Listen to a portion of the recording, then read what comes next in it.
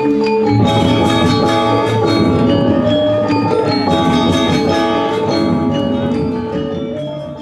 find that though there are many religions, there really are 5 paths to salvation in a general way, and 4 ways of categorizing those 5 paths, and 2 overarching worldviews when it comes to salvation.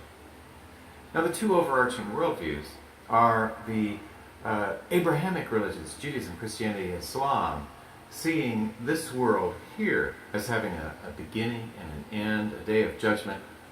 And we can contrast this with a generally Asian view of cosmic cycling, where the individual transmigrates from lifetime to lifetime, as we would see in Hinduism, Buddhism, Jainism, Confucianism, even in Taoism to some degree, stressed most heavily in the Indian religions.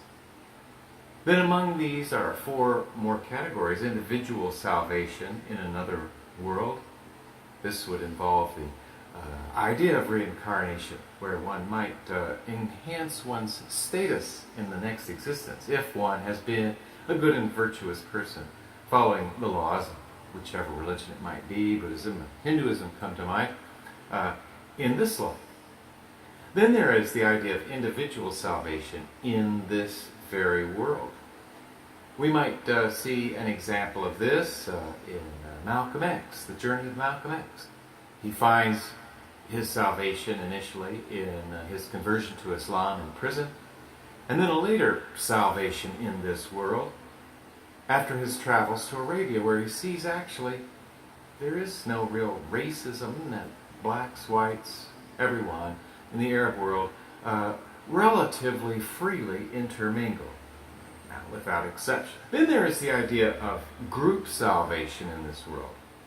We could see any kind of self-sacrificing person, a kamikaze pilot in Japan, for example, saving the nation with his own life, or a bomber from the Christian or Muslim religions. Again, self-sacrifice for the tribe, if you will. Then there's the idea of group salvation in another world. We could see this one in Christianity or Islam, where there's a clear and distinct heaven for the entire group. Also, though, we can see little traces of that in Asia, in the Pure Land tradition, where all the believers who purely see this world as the pure, infinite mind of infinite light, Buddha, the awakening, then they too will go to a special heaven collectively.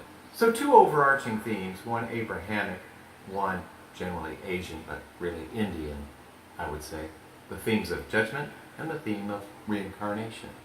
Then the individual salvation in this world, where someone may well achieve a great accomplishment and feel their life is worthwhile. And the individual salvation in another world, again the Indian idea, that individuals reincarnate to all kinds of universes and worlds and even other existences in this life. We saw the group salvation where someone may well sacrifice their own life so that the tribe or nation or religion endures and spreads. And the group salvation in another world, as in the Christian or Muslim case, where all members of the group go to a heavenly kind of realm or other. Then the 5 paths of salvation can also be outlined, and I think include just about everyone. The first of these would be the path of enlightenment, path of awakening.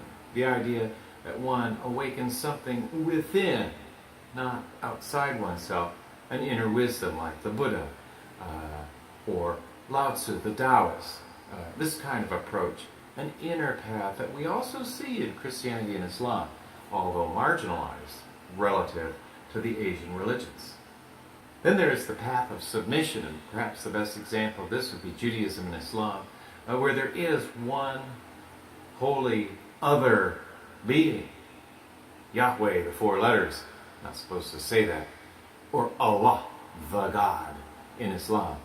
In the path of submission, there's one being, and everyone submits to the power of that all-powerful being. Then we see also the path of aesthetics, where some people attain salvation, maybe through Japanese calligraphy, for example, or tea ceremonies. Or we could see it in the Sistine Chapel painted by Michelangelo. The great artists and poets of the world may attain salvation through aesthetics. Then there is the path of action. In Hinduism, doing good deeds weighs in the balance, in the favor of your having a karmic oversupply. Likewise, Judaism has countless laws, 612 in the Hebrew Bible. Following these laws is a path to salvation. And finally, there's what we can call the path of grace. We see this most famously exemplified by the Christian tradition, where it's taught that not through any deeds, but only faith in the atoning sacrifice of Jesus Christ and the grace of God for an unworthy sinner is the only path to salvation. We do see a bit of this in also the Pure Land Buddhism of East Asia, where we're told that through the grace of the infinite mental capacity of infinite awakening Buddha, that the poor peasant, if they're sincere enough in their hearts, will also be drawn up into the Pure Land of infinite awakening upon his or her death. So those are 5 paths, 2 major orientations, and 4 groupings of paths to salvation. Which path works best for you?